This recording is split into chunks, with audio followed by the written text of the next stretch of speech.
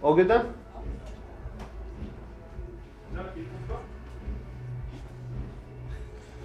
All good then? Hello, welcome everyone. You are very welcome to this session from Orchard.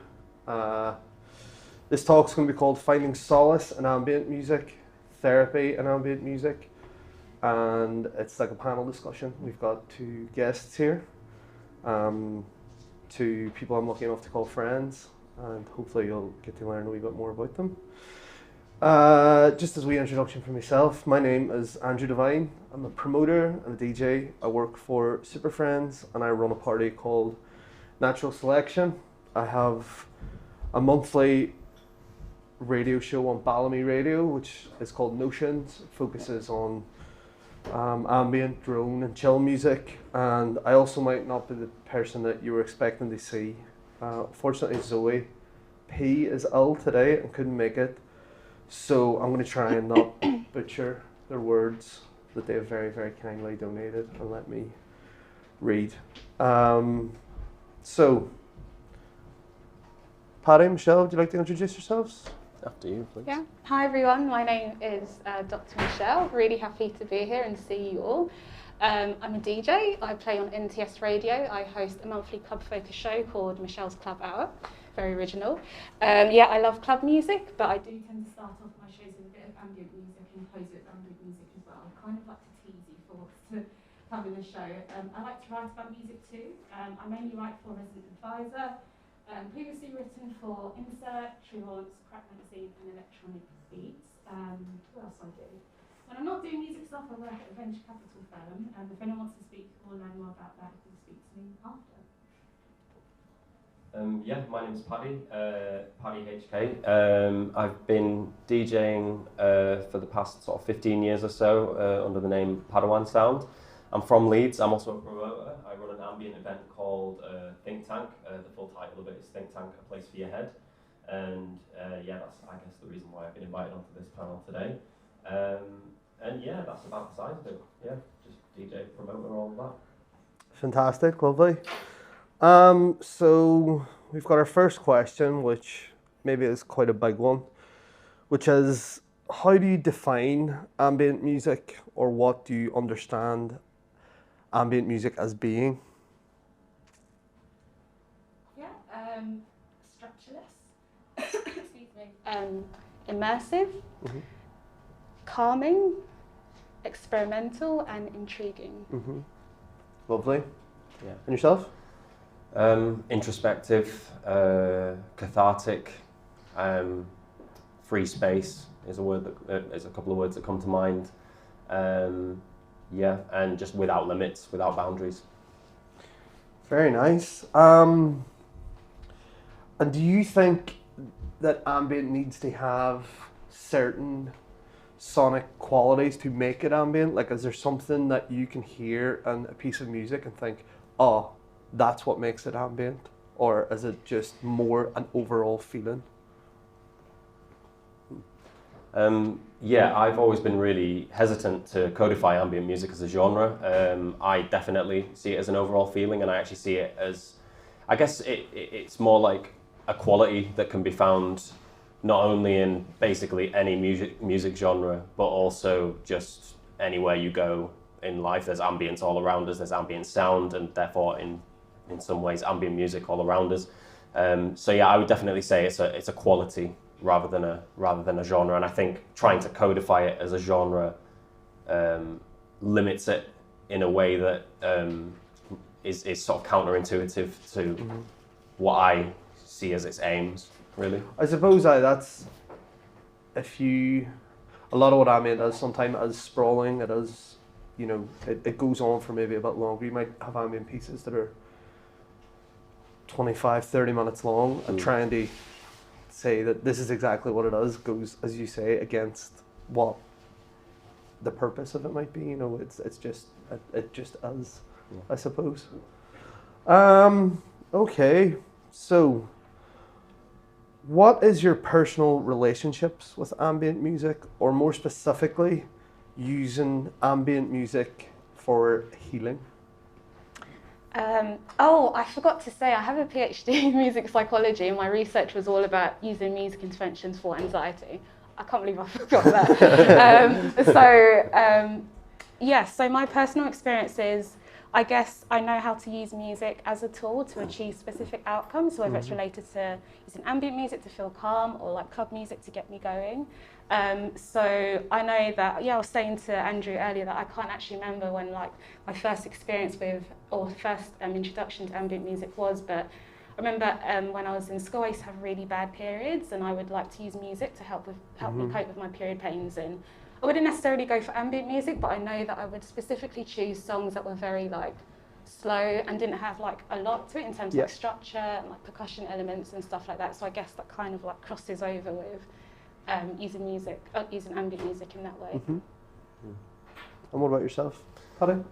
Yeah, I mean, for me, I have a really personal relationship with ambient music, and it came into my life because, as I said, like I don't see it as a genre. I don't like codifying it as a genre. But if we were to, when you say the term ambient music and imagine the kind of artist that brings up, it sort of entered into my life during a period of intense anxiety and a lot of sort of negative thought cycles that were very much tied to sort of the way I perceived myself as an artist, as a DJ, as just my general role in music. And it was a way for me to kind of get the catharsis of music in a way that felt sort of more introspective and more reflective and more relaxing. And so I suppose I got into it from that perspective about 5 years ago.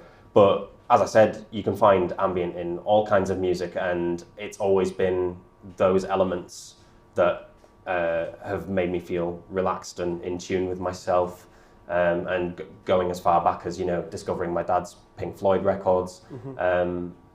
So it's just something that's very special to me, and I would by no means consider myself an expert on it at all, which is funny because I'm sat here, but like it's just a really special thing to me.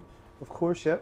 And I know we had a wee talk about it before, but is there any kind of memory that you have of maybe hearing a piece of ambient music or something that someone said, "Oh, listen to this," and you thought, right, this is really doing something?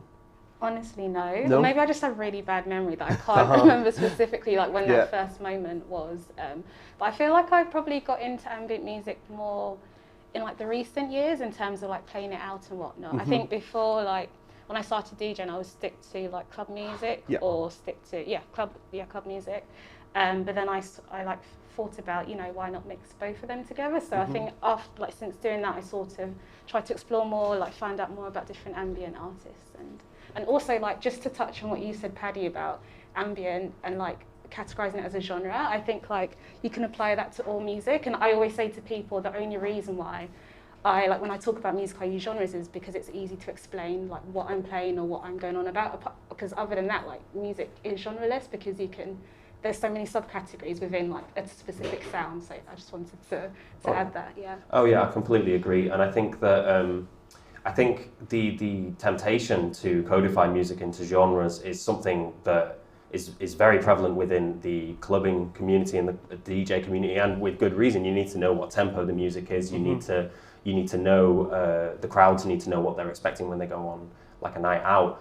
But obviously, with that very necessary codification comes limitations as well. Of course, and especially in terms of trying to craft a narrative, in terms of trying to tell a story, it's often very linear. And because within club music, I'd say the main thing that pins down genre is tempo and time signature. And ambient is very often free of both of those things, so it allows you to explore narratives in a much more lateral way. Totally. Yeah, which is so I totally take your point there. It is true. Like all music is fluid, but to me, ambient is music at its most fluid. Yeah. I actually have a theory that until iTunes, genres didn't matter. And once the wee genre box came, everyone freaked out and was like, "Oh, this needs to be this genre because to get my thing complete, I need to put a genre in. Whereas before, you know, if you got a record, it was like, this is this, or a music on a physical medium. Although people may have stored it via genre, they didn't have to write it anywhere, so they could have their own genres in their head that's like, oh, this is that kind of disco or this or whatever, and then once it came to writing it all down, that's when the problems came and everyone started making all these crazy end of like genres in between stuff, which I have to agree, I don't think anything can be genrefied, you know what I mean? It just is, again, to use that phrase again. And there's this label, I think they're called Objects and Sounds. They're based in Ghent in Belgium, and they basically have like a record store, and instead of categorizing it by genre, they do it by mood. So like, oh wow. So yeah, you'll go to like a box and that'll be like happy, or that'll be sad, or that'll be relaxing. So I think like people are recognizing like there isn't really a need for categories, and also like humans just love a cheeky label, like in general. Like, oh, of I course, think yeah, that's totally. That's, yeah, like spread outside of music anyway. So yeah, hopefully like more people will start to do that. And yeah. I thought what you said about DJing ambient in a club environment was really, really interesting. Is that something that I know I've tried before? It was a pretty big gig that I played at the O2 Academy in Leeds, and it was warming up for John Hopkins, and I probably played ambient for about too long, if I'm totally honest. I think I was playing for 2 hours, and the first 50 minutes there was no, but that feeling of kind of people almost looking around and being like, is something going to happen? Like, that's a pretty magical thing, and that's only something that I've kind of got into doing recently, because you can really tease stuff out. Is that something that you've experimented with, or? Yeah, that is mostly for when I'm doing warm-up sets, because I think you can get away with that. Yeah, but like when totally. I'm like bang right in the middle of a club night, I can't really get away with playing like that would be good crack. Yeah, ambient music. But yeah, like in warm-up sets I do, and like I mostly do it on my radio show. So the first 15 minutes like super chilled, and then like the next half an hour is like club music. Then I close with 15 minutes of chilled stuff again, and I like to relate it to like when you work out. So the first bit is like, you know, you stretch your muscles, and then like you do the workout, then you like calm down after. So kind of mimicking that sort of activity idea. But it's also just really fun to like play with people. But I think totally. I think like as a DJ, like you know what you can do to get your crowd going. So even if you do start with like 10 minutes of like some weird experimental ambient stuff, like you know that, you know, after 10 minutes you're gonna be able to get them moving and stuff. So I think that's the fun bit about being a DJ. And I remember reading a quote from Derek Carter one time that said, anyone can keep a room full, it takes a real DJ to clear it and get it back. You know, so that's something that just through doing stuff like that and maybe messing with people's perception of what they are going to hear. I'm sure you've had some experience of this, Paddy. And clearing rooms? Not clearing rooms, but like playing music that... I'm an expert at that, trust me. Playing music that, you know, maybe... Because what you play is so forward thinking, and you're always... I think, I know, you're always on the cusp of the new sound, you know, so... How's your experiences been of that, of maybe playing something that people weren't expecting to hear? Well, I think I'm just going to come at it from the perspective of just DJing ambient in general, because I think in terms of that being on the cusp of things, I don't know if that's something I'd apply to myself, even though that's very nice to hear. But the only time I would say I was on potentially discovering a lot of new music and playing it out live to people who've maybe not heard that music live before was when I was collecting a lot of ambient, and like, you know, when Think Tank was at its peak and stuff like that. And yeah, like in terms of how playing that kind of music to an audience differs from playing club music, because a lot of time, as you've indicated, there's a lot of crossover, and you can use it as an intro, you can use it as an interlude, and you can use it to create a bit of emotional breathing space in a set.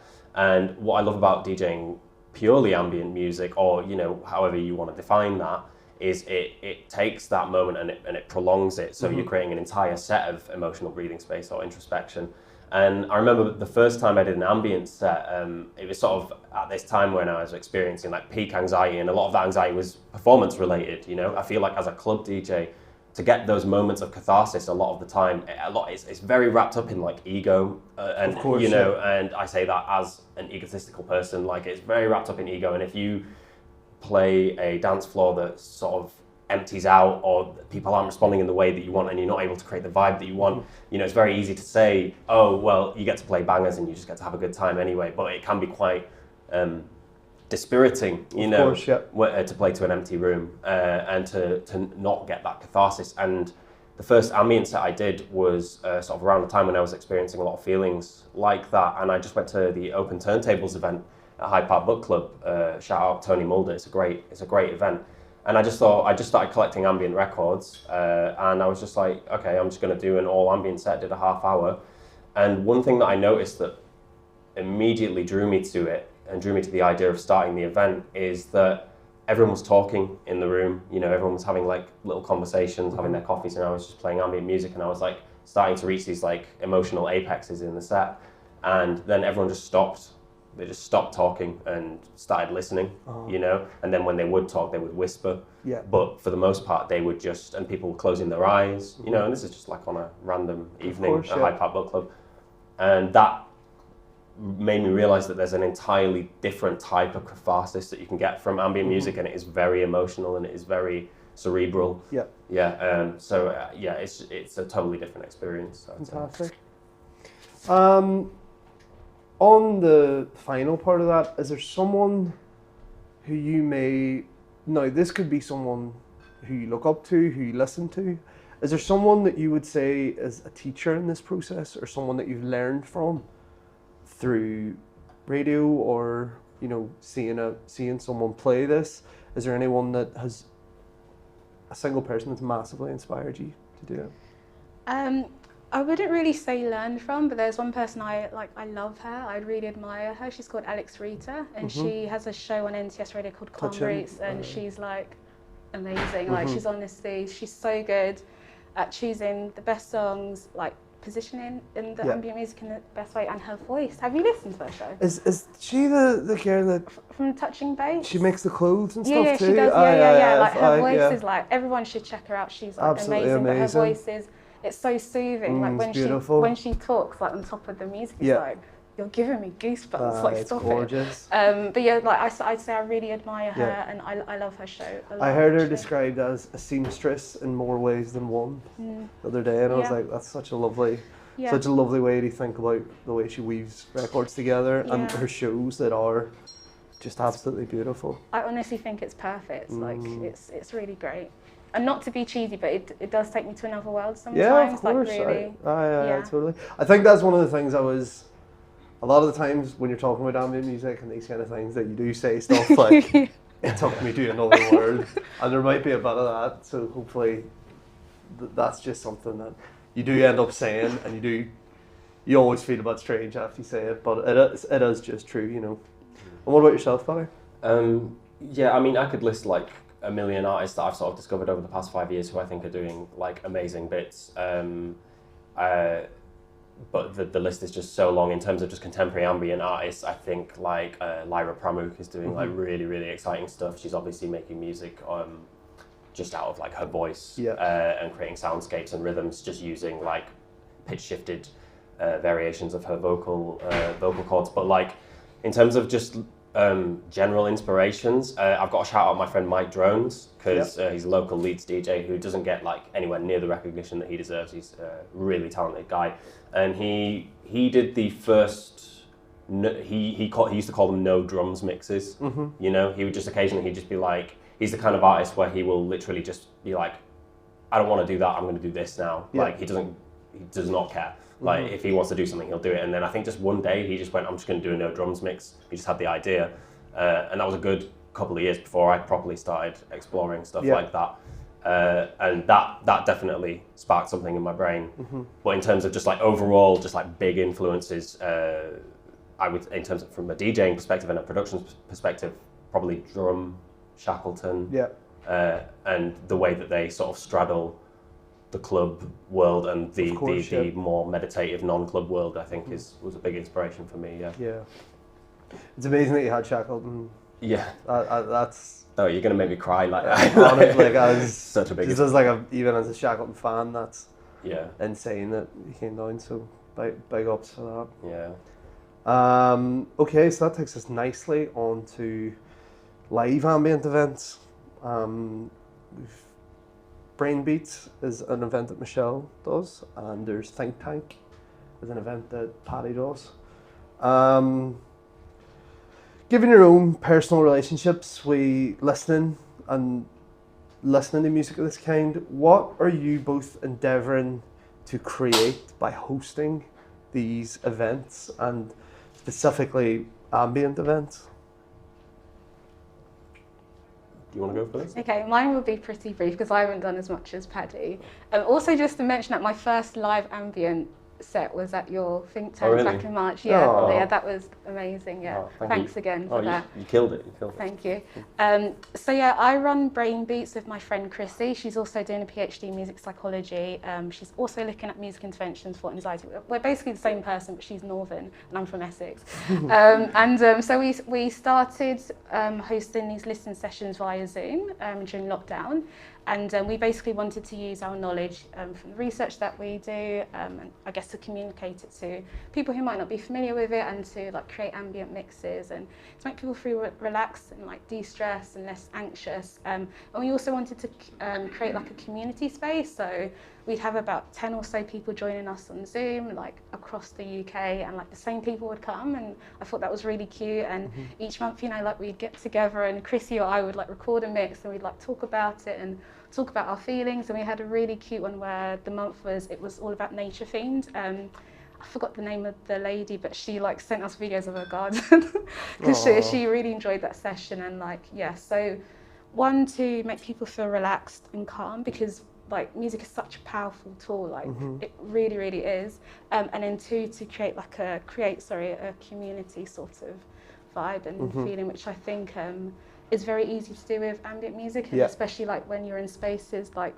at Paddy's event, like you all feel connected, and like there's no like verbal exchanges, but everyone sort of feels the same, like they have the same feelings in that present moment, and I think that's really special. Yeah, 100%. Yeah. You're going to link to a quote that I'm going to pull out in a second. But in regards to my event, it was sort of like, I mean, to be honest, it started for purely selfish reasons. Like it was I did that set at the book club and had such a lovely time. Really wonderful experience, and I was like, I want to do that again. Where can I do that? I can't do it anywhere, so I'm gonna create an event to do it. But it was also from the perspective of, it gave me such a unique experience as a performer that I wanted to share that with other people. I wanted other artists who aren't used to playing that kind of music to have the chance to explore that and to explore the different feelings you can have as a creator and as an artist. And so it's actually really lovely to hear that was your first, because I didn't know that was your first ambient DJ set in front of an audience, you know. And I think we've had a few of those. We've had a few people who've either live artists who've specifically curated sets for the event because they've found a space where they can do that. Or we've had club DJs who've come and played, you know, a whole spectrum of their music collection that they never get to showcase to people, and they never get to showcase, you know, what it means to them publicly. From an audience perspective, though, I guess I kind of wanted to like really reframe the more.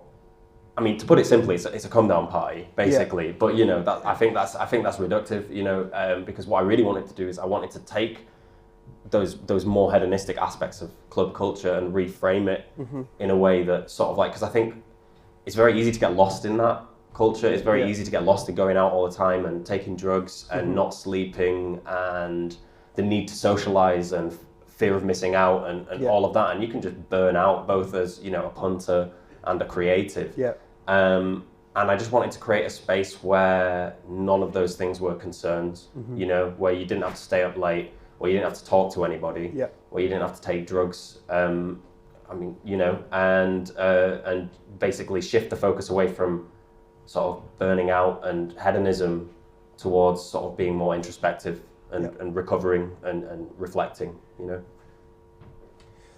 That's lovely. I mean, I don't know if anyone's ever been to Think Tank before, but they are genuinely, it's almost like meditation. You know, you can really just properly relax, sit down, and just switch off your mind for those times, you know. And something that you said about that feeling of everyone being together, I think that's something that you don't get with a lot of events. You know, there's so much going on these days.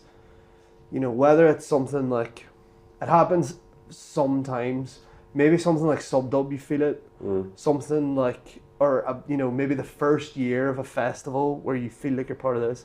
But I'd say Think Tank is one of the events that I felt certainly most at, that you are all in this together. And even if you were just there with someone, you knew that you were part of something special, you know. Thanks. I'm really glad you brought up Sub-Dub actually, because Sub-Dub was my first exposure to clubbing. You know, I'm from Leeds, and it's obviously an institution. Yeah. And I've been going since I was 16, and that it was like when I first went, it was like this is church. You know, Yeah. this is incredible. It was, you know, again, you can't speak about this without sounding pretentious, but it was a bordering on being like a spiritual experience. I thought it was fantastic. Yeah.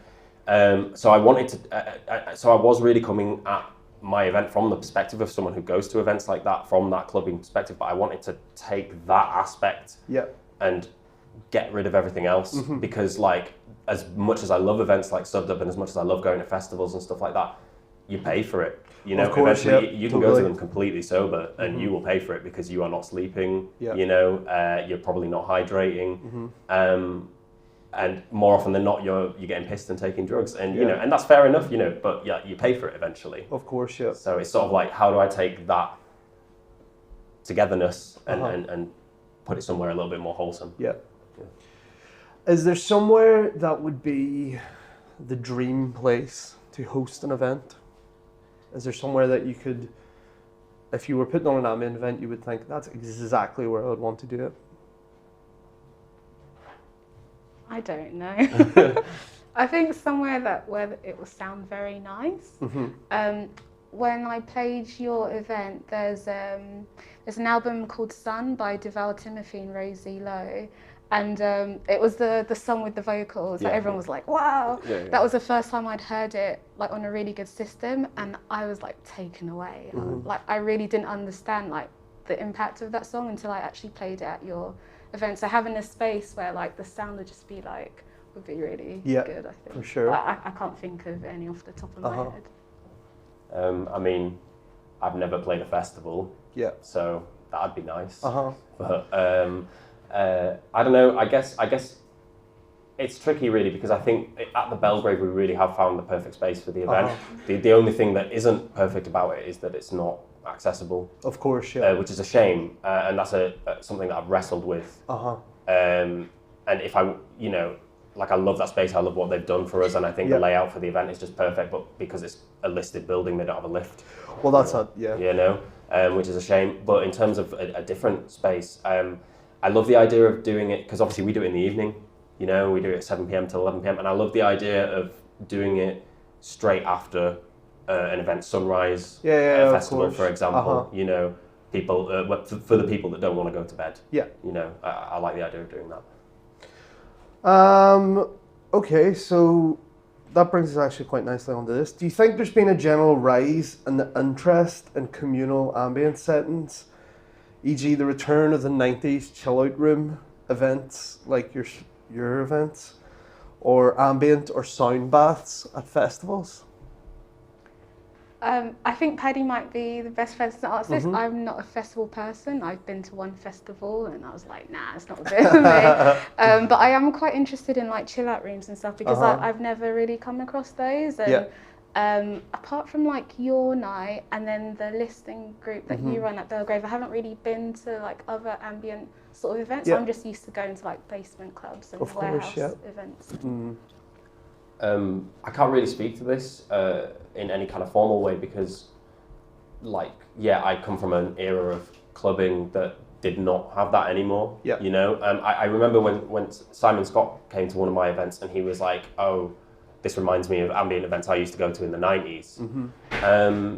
But I don't really know if I can answer that. What I would say is I have noticed anecdotally, I've noticed a more general interest in ambient music. I think that there is a lot of patience for listening to music. Ironically, a lot of people say we live in a time, we live in the era of TikTok and people's attention spans are, whatever else. But I actually think that there's been a noticeable interest in ambient music, and I've seen that based on the amount of people that have approached me to play the event.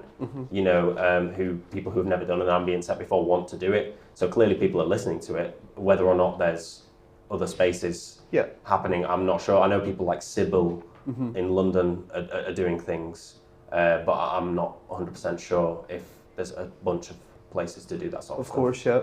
It's one of those things that I think a lot of the time, because maybe ambient could be seen as like a specialist music or something, a lot of these, what I'm starting to become really interested in is reclaiming it in a club. Because, you might go to an ambient event at the Barbican or at a theatre or something, whereas, a lot of, especially with what you do and what the people that you ask to come and play, these are people that make club music and tunes, but the reality is that if you're doing that, you must have an understanding of what makes a sound beautiful or what makes a sound, just sing perfectly. And, I know for a fact there's some records that I have that I'm just like, just take the drums out. Yeah. Just literally just lose the drums and this would be absolutely beautiful, And I know in my own productions, I've gone back to stuff and kind of went, I'm just losing the drums and drop it to like 60 BPM and just see what happens then, with the randomness of the delays or whatever, or that kind of thing. Okay, where are we? Okay. How do you understand what you're both doing in the wider historical context of music being used for healing? Like, is there anything you want to talk about there? I guess maybe just like letting people know that this exists, because I think, at least for me anyway, before I got into music psychology and whilst I was at school, I knew that I was using music in a way to achieve specific outcomes relating to my feelings and emotions, but a lot of us do that subconsciously. There's a really interesting study where they did a survey to ask people why do you listen to music, and the most common response was to regulate their mood. But it's we're doing it, but we're not knowing that we're doing it. We're doing it, but we're not doing it because, from a scientific perspective as such, we're just doing it because we know and we understand, the outcomes of listening to sort of music like that. So playing ambient music out loud and speaking about and telling people about it, it's nice to let them know that, you can use these tools to help you. And I'm in terms of medication and stuff, I only use medication if it's a life or death situation. Yeah, of course. I'm really into arts-based activities, so letting people know that, you can use more of these natural sort of tools and stuff to help you. It's something that I'm trying to kind of learn a bit more about. I actually did a laughing meditation course with, Laraji? No. Laraji? He's I think Eno released him in the 80s and stuff. And he's Laraji. Laraji, yeah. Is that how you pronounce it? Laraji? Yeah. So I ended up doing a laughing meditation course with him on Zoom. I don't know how I ended up doing it, to be perfectly honest. I just seen it came up in Resident Advisor. I was like, oh. And it was him live from his living room. And it was basically him doing a live set, but laughing loads. And he was saying come on, laugh. And you had to laugh from your stomach and laugh from your chest and laugh from the back of your mouth and the front of your mouth. But my partner was this was happening, and then that got us into a conversation talking about frequencies and,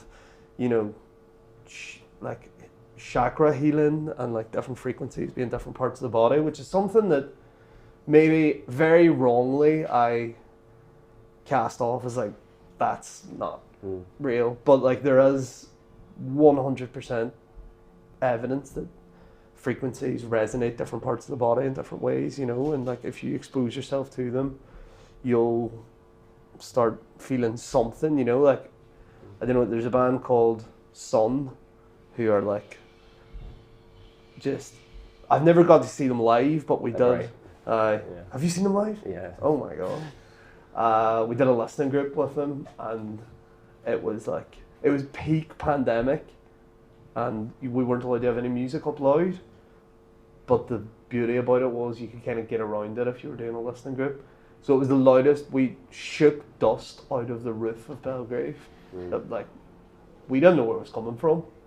So we got told off a lot for that. But that mix, you know, that's kind of that power of feeling something. And I don't know, I've never felt it any other way than the physical presence of the vibrations hitting you, you know? Like, I don't, maybe sub-dub, I suppose.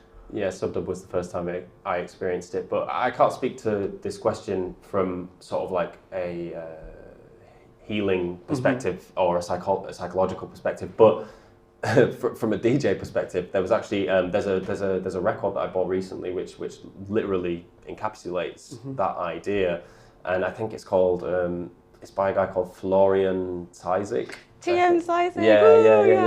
I love him. Yeah. Such a beautiful album. Music for parents. Exactly, yeah. So I think the story behind that album is his parents had a mattress, like a... Yeah, they had sleeping problems, and he was really into vibroacoustic therapy, which I can't remember what that is, but he spent like a whole year researching it, and he created this album for them and gave it to his parents on his mum's 60th birthday, so that they could play... vibroacoustic therapy is when like music is played like from the mattress or something and you feel the vibrations or something like that, but that album is like out of this world. That's it's incredible. crazy. Yeah, and it's like it's an album that's, I mean, the majority of the album is just field recordings, the odd pad, you know, but it's just underpinned by this like deep sub frequency, and Amazing. I've played it at the events a couple of times, and that the way that shakes the room, and so it is literally like he created this music specifically with a very practical healing purpose in mind, because it was designed to be used with this tool to help his parents. That's incredible. Yeah. I've never, you'll have to send an email. That sounds amazing. Okay, so next thing we're going to talk about is the relationship between sound and music. How do you both perceive the relationship between sound and music in the context of healing and solace? There seems to be a distinct relationship between ambient and other types of music, whereby sound is foregrounded. In other circumstances, like pop music, to take an obvious example, songs are almost like objects that you can pick up. In ambient genres and contexts, the same feeling doesn't seem to apply. What do you think changes something from a sound into an ambient sound?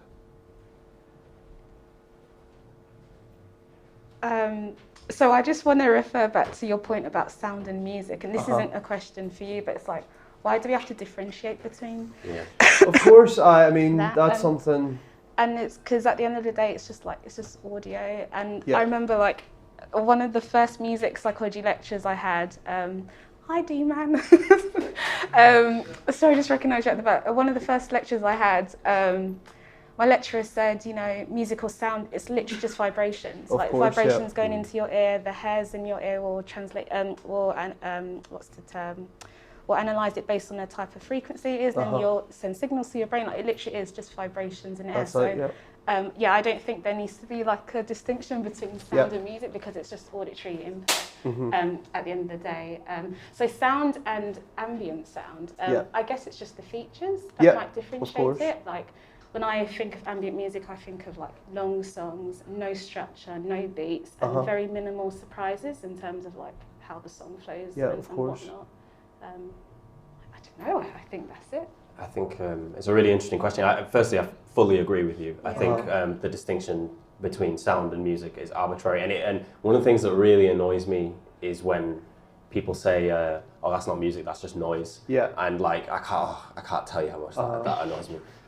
But like, because you're right, sound is just music, and I think the reason why ambient music distinguishes itself as foregrounding this idea of what sound is as you know, a concept that's distinctive from music is because it's so environmental, you know. As I was sort of saying earlier, a lot of music, like pop music and club music, is very linear. It's there, as Zoe rightfully put in that question, you pick it up and you put it back down, whereas ambient music creates a space for you to exist in, Yep. you know, fundamentally, and you change that space as much as it changes you in a way, Yeah.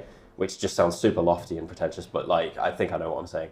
And yeah, and basically, but down to just the pure aesthetic level, because ambient music is environmental first and foremost, rather than rhythmic or even necessarily melodic. It's all about timbre and texture and environment. You can get away with just featuring things like birdsong, featuring things like raindrops, featuring things like water, and these things are inherently musical. Yeah. You know, they absolutely are musical. Even in music that has beats, you know, you can make a kick drum out of a heartbeat. You can pitch shift raindrops and it'll sound musical. But these things, that's just a way of getting our brains to understand them as being musical. They're already musical. Yeah. And I think that ambient music provides a context for us to understand these things as being inherently musical. That's something like, you know, something that I've been thinking a lot about recently is that idea of a drone and something kind of, you know, all life having this hum and something, you know, from when you're in your mother's womb, there is a beat. It's just a heartbeat. Oh, I'm going to have to pull out a quote. You've You've made me draw for the Let's book do now. You've made me draw for the book. So this book is Ocean of Sound by David Toop. I've read maybe a third of it because it's very difficult to get through. But it's basically, it's a history of music through the lens of ambient music, because the position this author takes, as far as I can tell, is that ambient music is music at its most inherent form, in the same way that sound is. And it's just interesting that you mentioned the mother's womb there. Let me see if I can actually find it. My post-it notes are useless. One second. But yeah, he mentions... Yeah, so Anthony Storr makes the following conclusion in his Music and the Mind piece. It will never be possible to establish the origins of human music with any certainty. However, it seems probable that music developed from the prosodic exchanges between mother and infant, which foster the bond between them. So sounds which we would describe as ambient, functional, or mysteriously alien have laid the foundations of musical creativity. Wow. So, like, I think that's, like, yeah. Spot on, man. The sound of the womb, the sound of your own shell, essentially, is in itself a place that music can be created from. Of course, yeah. You know. Sick. I suppose that brings us on to this one nicely.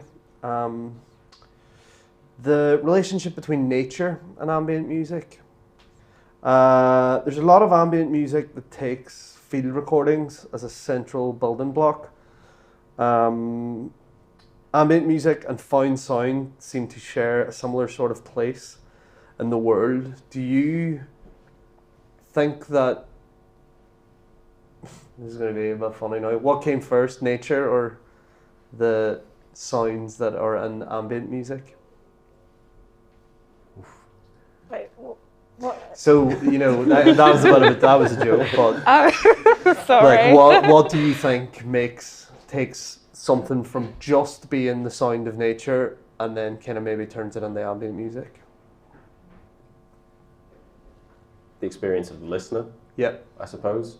That sort of goes back to what I was saying earlier, is like you have as much of an impact on the music as it has on you. Of course, yeah. You know, so for me, if I'm like, I recently, much to my annoyance, lost one of my earbuds, which I used to go running, and I usually run to like metal, like that's just because it's the only thing that keeps me going through the dark times. But yeah, like I lost one of my earbuds, and I started running to no music, you know, and I run through this lovely patch of woods near my house called Gleddau Valley Woods.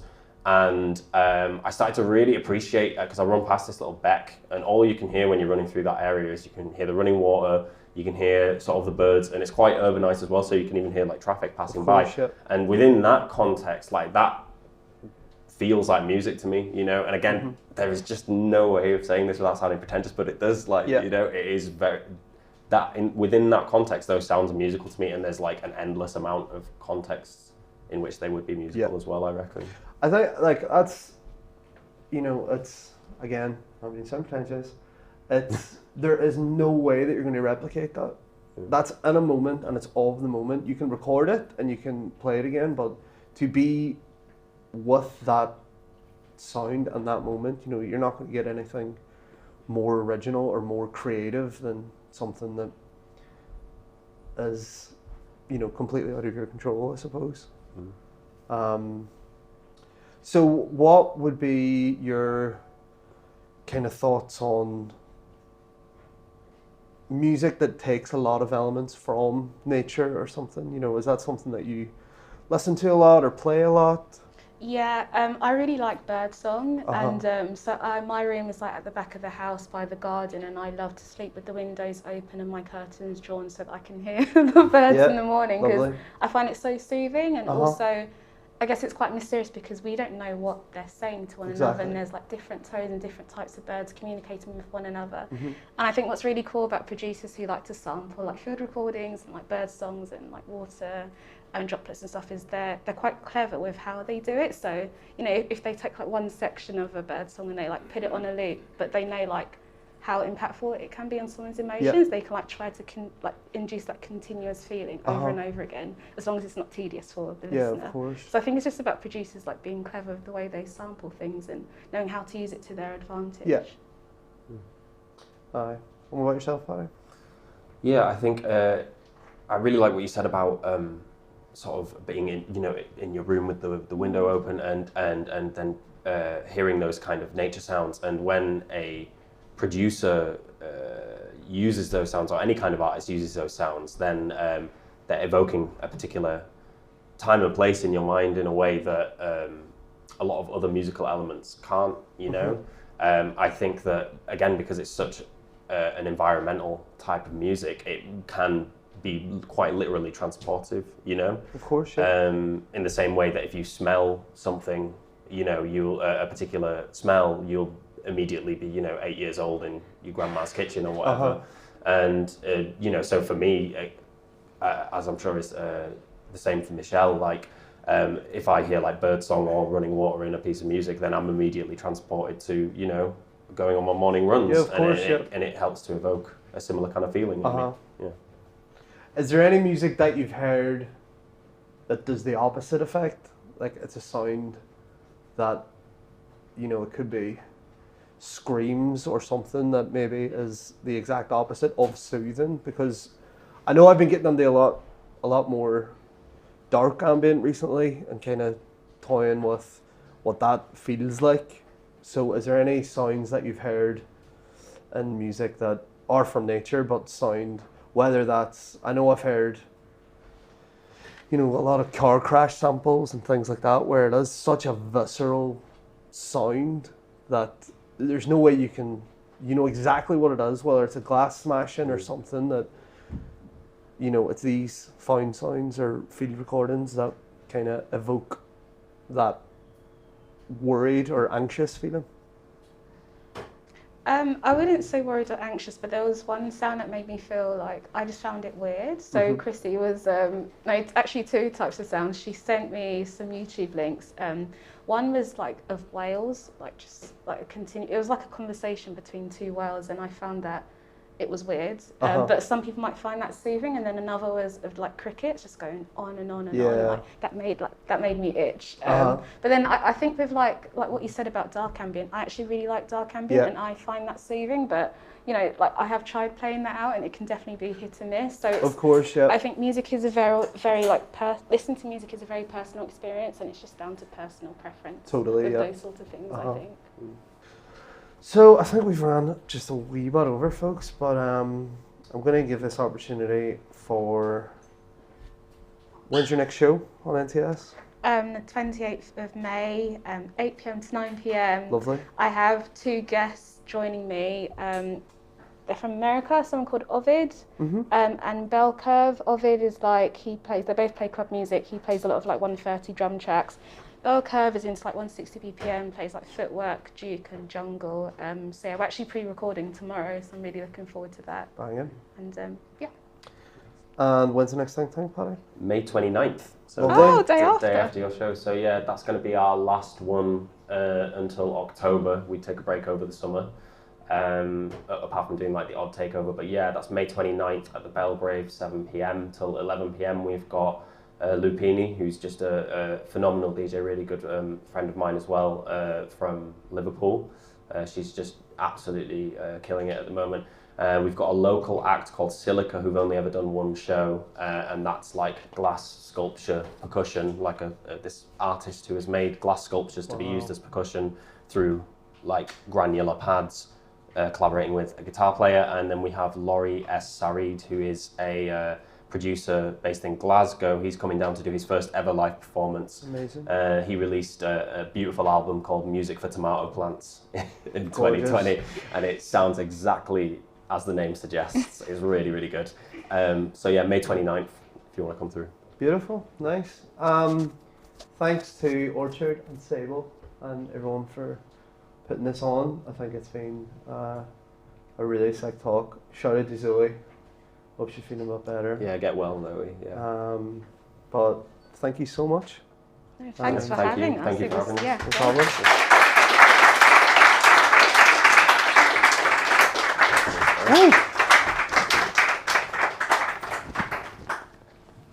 That was a lot more chill than I was expecting. Yeah, that was so, you did a good job. I don't know what I was expecting from an ambient talk, but I was like,